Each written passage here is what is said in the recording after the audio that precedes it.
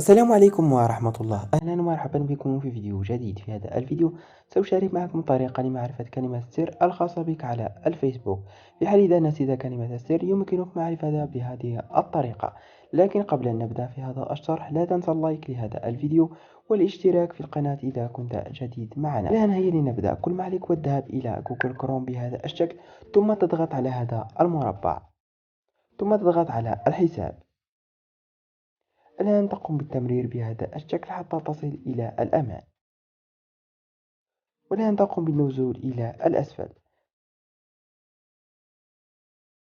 حتى تجد مدير كلمات المرور وتضغط عليه بهذا الشكل، ثم تقوم بالنزول وستجد جميع المواقع التي قمت بتسجيل الدخول عليها. الآن كل ما عليك والضغط على الفيسبوك بهذا الشكل،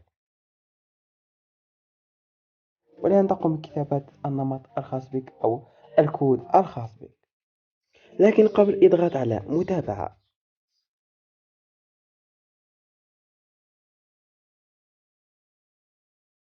كما شاهدتم إخواني الكرام يعطيك الإيميل وكلمة السر. لإظهار كلمة السر كل ما عليك والضغط على هذه العين كما شاهدتم إخواني الكرام، أو تقوم بنسخ كلمة السر من هنا.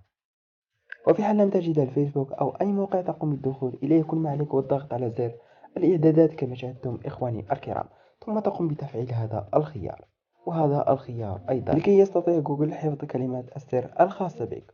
وبهذا قد يكون انتهى شرحنا لهذا اليوم. إلى اللقاء في حلقة قادمة بإذن الله، والسلام عليكم ورحمة الله.